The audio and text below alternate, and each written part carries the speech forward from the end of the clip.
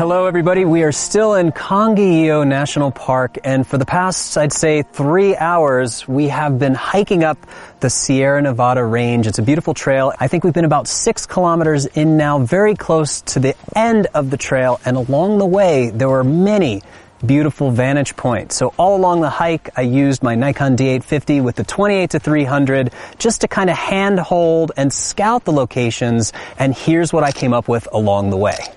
I have to admit, there are a lot of really beautiful locations, but I felt I wanted to get further and further up so I could basically look more in alignment with the volcano itself. Now right now, if you can see the view behind me, the volcano is pretty much hidden behind some dark clouds, and I also fear that we're going to get a little bit of rain on our long hike down. Unfortunately, during the day and while I was doing most of the scouting was when I could see the volcano very clearly. So when I got to this location, I was really drawn by the vastness of the landscape, and I wanted to set up 2 different shots. I have the Fujifilm GFX 50S shooting at about 26 millimeter. That's on an interval timer, so that's just going to shoot every minute. And I'm capturing a nice standard frame of the trees in the foreground, the lake, the fall colors, and the volcano and the clouds. But I also like this as a panoramic view, so I decided to take the Nikon D850 and attach the 19 millimeter tilt shift lens. It's oriented right now in landscape mode, and I'm actually shifting from side to side. So setting up this camera, I went ahead and put the shift to its 0 point, leveled out the camera, and put the top center of the volcano in that center point of the camera itself. And what I'm actually doing is shifting halfway to the left and halfway to the right of the center point. The reason I'm using the halfway points is you actually get a long line indication halfway from either end of the points at which you can shift.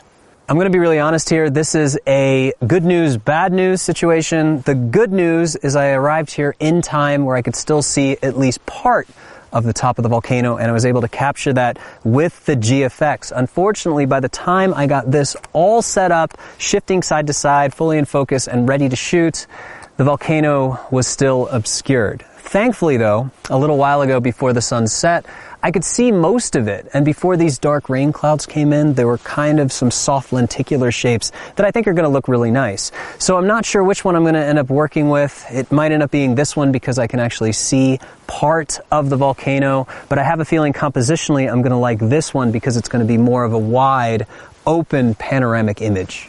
What really makes this shot special are these beautiful trees. These are the Araucaria trees, and they're very particular to this area, and some of them are hundreds of years old, if not 1,000 years old, and they look prehistoric. This entire place is like being in Jurassic Park. The mix of these beautiful, unique trees, the fall colors, the beautiful water and the reflection, and these volcanoes all make this a really beautiful and unique place. And this view kind of gives you a little bit of everything. Again, unfortunately, we're having really bad luck with clouds covering mountains and volcanoes on this trip, but this view still gives you a little bit of everything. It really takes advantage of the fall colors in the background, the water, and pretty much everything that makes this area so special. I also want to say that this location is really fun because there are dozens of unique views. There's not really a standard viewpoint here. We're just kind of set up on these lower rocks, and there's a lot of areas where you just kind of go left of the path and you sort of come across these beautiful views. Sometimes you see more of the trees, sometimes you see more of the volcano, sometimes you see more of the fall colors and the lake. But it's really fun because you can come up here 15 different times and come away with unique compositions. Again, this was my favorite one just because it drew me in with the trees on the left side, falling into the valley shape, and everything beyond the valley. Now again, unfortunately, the clouds did cover up the volcano, but I think I got here early enough to at least capture it in part. But the light did fall off, the sun went behind really dark clouds, so in post-processing I have a feeling we're going to have to sort of bring those colors back and really accentuate the difference between the green trees here in the foreground and the reds and the browns and the yellows, the fall colors in the background. In addition, that Mirror Lake is a beautiful blue. So in post-processing I have a feeling we're going to have to use a lot of color separation to bring this scene back to life. So now it's time to wrap everything up, pack it up, put the headlamps on, and begin the 6-kilometer hike back to camp.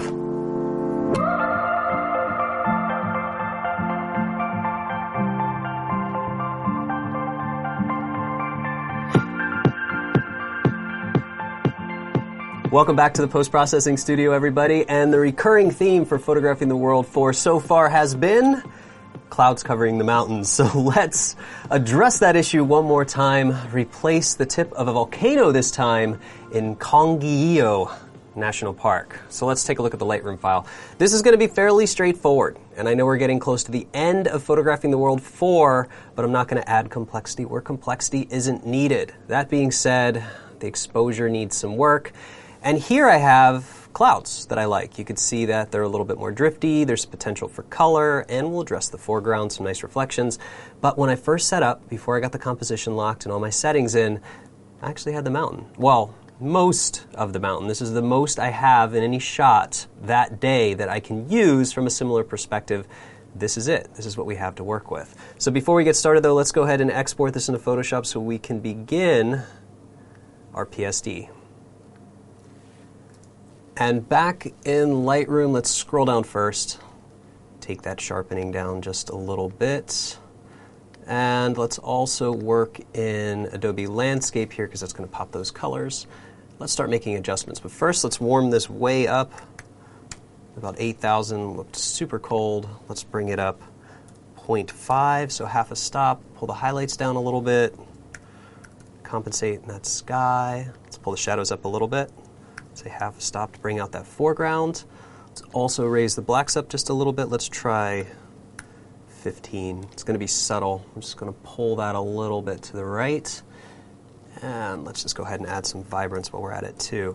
Next step, we have to fix what happened in the sky. So let me just go ahead and draw a gradient from about there to there. So we have the sky, mountain, and horizon. Let me go ahead and zero this out first.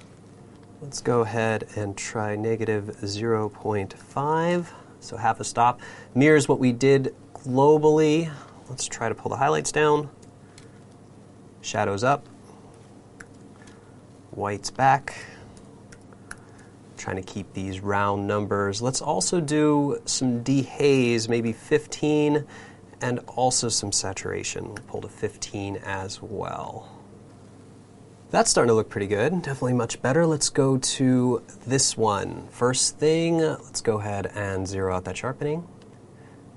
And let's work in Adobe Landscape. Let's pull the exposure up just a little bit. Let's back that up 0.25. Let's pull the shadows up a little bit, 2.5. Let's roll back the highlights. Just trying to mirror the same settings, almost the same settings from the last one. Let's also add a little bit of vibrance. And just to do the same thing that we did with the last one, let's pull the blacks up just a little bit as well.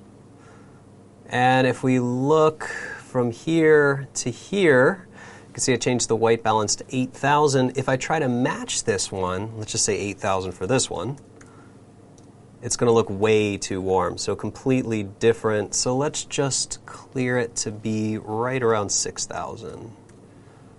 Different times a day, going to yield different results with the white balance. Those are looking close enough. Really only concerned about this portion of the image. Let's go ahead and take both of these, Shift Select, right click, Export with Previous. We'll get these into Photoshop. Use unique names. Start with this one, select all, copy, close, and paste. So we have edited raw file. Let's take this one, select all, copy, close, paste. Let's call this mountain patch. All right, so first things first, we have to align all of these guys together. We'll select them all this time, go up to Edit, and Auto Line Layers, all default, click OK. This should line up pretty well. Looks like it moved everything around, which is fine. I just want everything to line up. We can address the cropping later. It looks like it also had to do a little bit of skewing here to get it to match up perfectly. So it looks like I actually moved quite a bit more than I thought I did, but that mountain looks pretty good. So at this point, we've put mountains in with luminosity masking. We've put mountains back in with standard masking.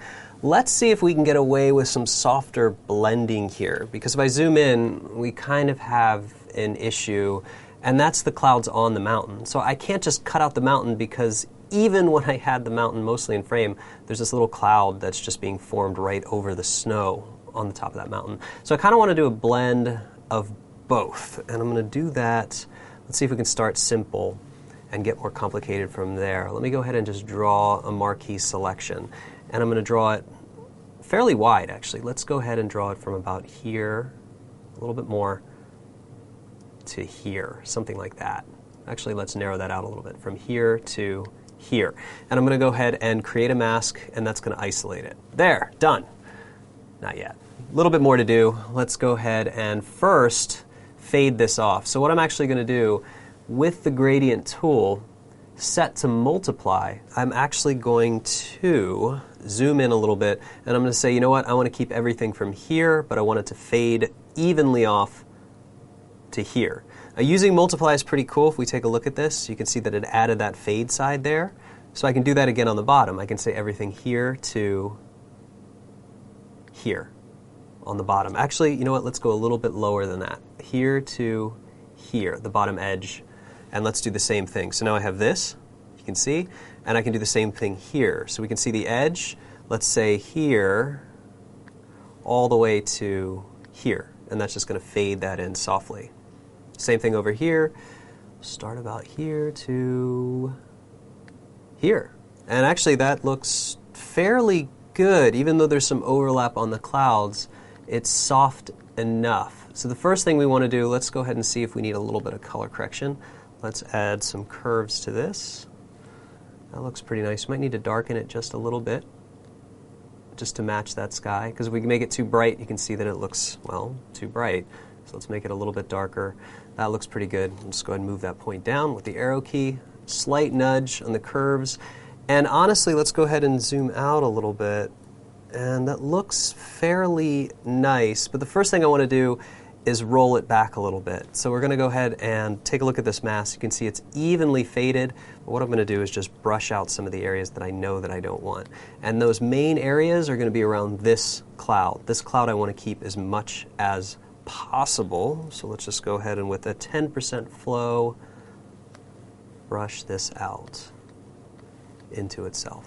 It looks pretty good. And we can just follow this up right near the mountain, slowly, slowly, slowly. And we'll see if we can do the same thing here, just a little bit. And no, let's go ahead and leave that side. So I'm just going to undo that. I'm going to leave that side in and just really lightly pull it out. Perfect. That looks pretty good. Now let's go ahead and get rid of some more here. This is not an exact science because we can't make it an exact science. We can't actually mask something there that's completely different. The other thing that we have to address is whether or not we're getting too greedy. And in this case, we may actually be getting a little bit too greedy. We may need to roll this back. Now obviously at 0% we're not going to see it, but we can slowly start to reveal the mountain itself. Now it should technically be hidden behind some clouds, so if we take this back down to about, I don't know, 80%, it should look a little bit more believable, a little bit more soft in that sky. Something else, we have this curves here, which is barely identified. Let's just go ahead and make that a little bit more intense because we've taken the transparency down. And let's add a photo filter to the mix, warm that up, and link it to this as well. So now that's going to warm up that area. We'll just go ahead and take a look. 85 works really good. LBA also works really well, and we can just take the density down and warm it up just to what we need, about 15%. Let's zoom out and take a look here. Let's take a look at everything. So we have the edited raw, the mountain patch itself. So okay, so we have to do a few more things here, and mainly that's blend this dark line away. So let's go ahead and add a new layer. Let's option click using the clone stamp tool, and let's pull some color. Let's just pull some of this color here, and with a really low flow, even something like 5%, what I'm actually going to do is just brush in some of this color just to soften that transition, because I feel like it's a little too harsh. Now remember, that transition was actually part of the sky itself, but I felt like it's a little bit wrong. So when reality isn't right, change reality to make it a little bit more seamless. Now for the rest of it, we can probably get away with just taking a little bit of this on top, just a tiny little bit. And I can even come all the way over here and brush that in, softly brush that in, just so there's less of a harsh transition between it. And we'll go ahead and leave that there, zoom it out, save it in the background, do a little bit more tweaking here, just a little bit, and that looks pretty good. So we have this to this. Not bad. Now, the rule is, if you didn't know it wasn't there in the first place, or was there in this case, or wasn't there in this case, either way, whatever we do, people won't know unless you give them a reason to look for it. Let's create a new layer here. We're going to name this Adobe Camera Raw, Adobe Camera Raw Filter. I'm also going to name this Cleanup, and Photo Filter and Curves can stay just like that. So we'll go ahead with this selected. Let's see if we can marry all this together. Let's bump the exposure a little bit. Let's give it some dehaze and some vibrance. And now let's work on the selective adjustments. First up, the sky and the mountain itself. We'll reset the previous settings. Let's cool it down. Let's add a little bit of magenta to it. And for a change, let's actually bring the highlights up a little bit, maybe to 25. And also the whites. Let's brighten that sky up. I feel like I pulled the values down a little bit too much. And let's roll back the tint just a little bit to make it even -10, +10. Let's also give it a little bit of dehaze, maybe just 10%. For the foreground, we'll zero this out. Let's do a little bit of warmth here on the bottom, maybe about 10. Does some contrast. Bring some of that contrast back. And let's bring the whites up too. What I'm looking at here are the highlights in the foreground and this little lake reflection. So you can see that dramatically changes. Actually changes quite a bit just with 25. Let's go ahead, take a look at everything. All right, looks good. And I'll say OK and apply it. If we take a look before and after, I wanted to increase the intensity of this guy here, but as a side effect, and I wasn't paying close enough attention by zooming in Adobe Camera Raw Filter, you can see I've kind of blown those areas, the highlights out.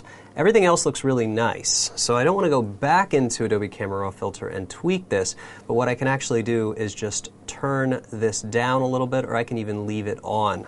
And I can go to the channels, command click, RGB, go back here to the Camera Raw Filter, and what I can do is just apply this. And if I take a look, you can see that the highlights are selected right now, because the highlights are white. I can invert this, and I can actually just slightly roll this back. So if we take a look at it now, if I turn this off, you can see the intensity. So what I can actually do is just go into the properties here and take the density down until I get rid of that problem. I'll go ahead and zoom in right here, and we'll just go ahead and take that density down until those highlights are pretty nice. That's perfect. So about 75, 76%. Now what I can do too, I usually do this on a folder, but let's go ahead and take a look. I want those highlights to be active in the foreground. So what I can actually do is option click this, and I can change this to a different blending mode. So we've already used multiply. Let's use lighten. If I actually use lighten and I go from white to black, you can see I can do this. And I can actually paint white back in. Same thing here. I can even, say, pan up a little bit and softly put this back in the top of the sky. And you can see now I only have that area affecting those highlights in the center. So it's actually kind of nice. It gives me a nice level of control, and then I don't have to repeat everything in Adobe Camera Raw Filter. At this point, this scene is fairly straightforward. We can add a little bit more contrast, but first I want to accentuate the warm tones in these fall colors. And so far we've done that by hand painting some photo filters in. Let's see if there's another way we can do this. I want to teach you guys another way that we can isolate colors. Let's go ahead and examine the color channels themselves. And what I'm going to look for is the most contrast between green and warm, or cool and warm here. So in the blue, kind of flat, green, a little bit better, red, you can see is really nice. I can test this too by creating a new mask for RGB, and we can take a look at this. We can see if that or that is better. And in this case, red has more contrast overall. So in this case, I can command click red, and we can just call this red selection. And inside of the layers, I can create a new folder and call this Fall Colors Warmth. Let's examine this one more time. Let's zoom in down here. So at this point, you can see that this is mostly selected. What I can actually do with this mask selected is also Command M for curves, and I can increase it just a little bit. I can change the overall contrast just a hair so that we get a little bit more intensity overall. We'll go ahead and apply that, go to full screen mode, and let's add a photo filter, and let's add the regular warming filter. Let's turn this up and see how the effect changes. So we'll go all the way up to 50%. You can see from here to here, it's warming up the entire image, but it's not warming up or changing the greens. So even here, from the 85, I can go to the 81, make it even more intense, and now we can see those colors really starting to become more vibrant here in the orange and definitely here in the brush. Let's go back to the 85 though, because it's a little bit more subtle. Before and after, we're getting some of these fall colors back right here, which is pretty nice. So we're going to call this Warmth FG for the foreground, and I kind of like the way it's warming up the sky, especially in these areas here. Not so happy about it up here, but let's go ahead and just concentrate on the foreground first. So we want to go ahead and say from about here to here. So now this layer, if we zoom in, and I have to zoom in a lot because when you guys are editing, I hope you don't have a giant softbox light glaring in your face. So I have to zoom in so we can see it. And yep, we're getting some of that back. Looks pretty good. We can also go back into this channel and we can also change it, Command M, and intensify this effect a little bit so that when we do this before and after, we start to see all that warmth. We're also manipulating the color here, which looks really nice. Let's go ahead and zoom back and just take a look at our warming pass. So it looks pretty good. May want to go ahead and take the gradient again here, because what I didn't notice before is that mode was still set to lighten, so I actually didn't create a gradient. When you're using these modes, and this happens to me all the time, I'll typically be using multiply constantly, so I always forget to put it back to normal. So that was a good example actually when I do the opposite and I have it lighten or screen, and I draw the gradient over and over and over again, and nothing happens. So if that happens to you, you'll know exactly why. It's not a bug in Photoshop, it's a bug in us. So keep that in mind. Let's add another one, a photo filter. We're going to add one more warming filter, this time just for the sky. Keep it subtle right around here. So we'll call this Warming Sky. That looks pretty good so far. And this time I only want it to affect this part of the sky, maybe some up here. So let's go ahead and grab the gradient, make sure it's set to normal this time. We'll select a reflective gradient and we'll go ahead and paint from here to here. Let's take a look. It looks pretty good. I'm going to take this out by brushing it out here. Let's say about 20%. I don't want it in this area.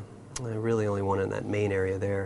And we'll start to fade it out a little bit here. We want to add some maybe up here in these clouds or not. It's up to you guys where you want to add it. I'm just trying to keep it just in that area around the mountain to make it feel like it's a little bit more like a sunset. We'll do the same thing, just pull that out a little bit more here, paint it back in, keep it nice and soft. From here in the warming filter, we can just adjust it here, too much, and somewhere in between. Probably around 15 to 20%, just like that. So it's a little bit of an effect. The next thing that I want to do, and one of the last things that I want to do, is add the contrast back to this image, and we can do that with a midtones mask. At this point, we've used this mask quite a few times in Photographing the World 4, so let's create them together using our action. Perfect. Select it, tell Photoshop OK, and go to Layers. This time, we'll put it right on the curves layer, and we'll call this Midtone Contrast. And we'll just go ahead and bend this guy down here and ramp this one up a little bit. just like that.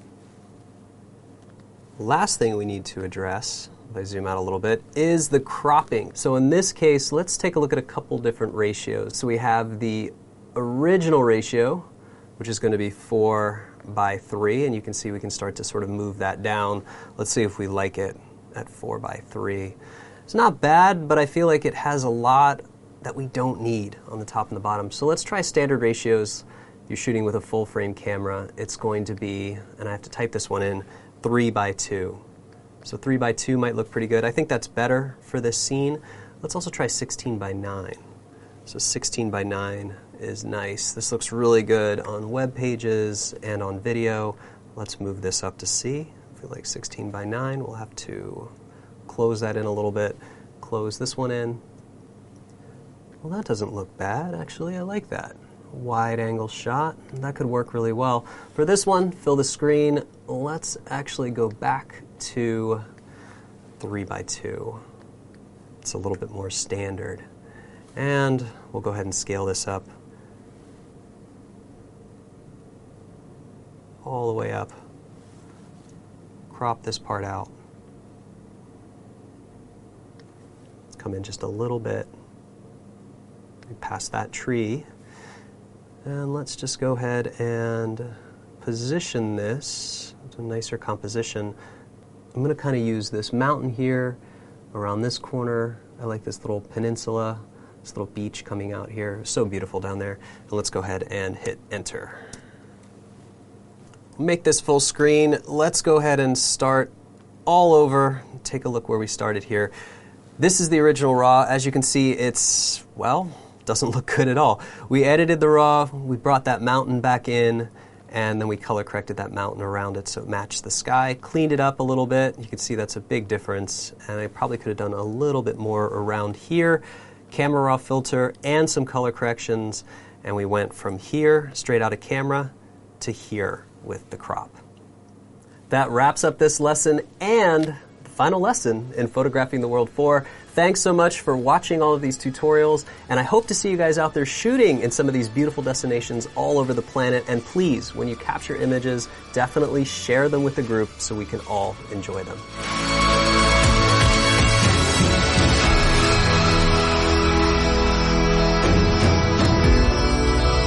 That wraps up another Photographing the World. We've had an amazing experience together in North and South America. And honestly, it's been a wild ride with crazy weather, difficult shooting conditions, and of course, really strong winds. This has sort of been a trend with South America in the 3 weeks we've been here, that the days that we are departing, we happen to have the best weather. From the bottom of my heart, I want to thank you guys for joining us on this adventure, watching this tutorial, and of course, for the continued support throughout the creation of these Photographing the World series. We've had an incredible time with this tutorial and every tutorial that we filmed in different parts of the world, and it's all thanks to you and your continued support. But when you purchase these tutorials, it allows us to create more and keep going and pushing the boundaries of photography and education. Since you've given so much to us with your continued support, we also want to give a little bit back to you. I've created a Facebook group called Photographing the World with Elia Locardi, and we have many active and engaged members. So if you want to post your work just to share the beauty of the planet with everybody there, or you want critique or comments on your work, it's a very engaged community, and I encourage you guys to join. When you purchase this tutorial, there is a link embedded in the PDF file. Just click on that link, answer a few questions, say that you've purchased the tutorial, and we'll approve you right away. If this is your first time joining us in Photographing the World, thank you so much, and I hope your photos are going to get exponentially better with the information we've provided. If you've been with us from the beginning, we've had incredible experiences together, and either way, I hope to see you guys again in another edition of Photographing the World.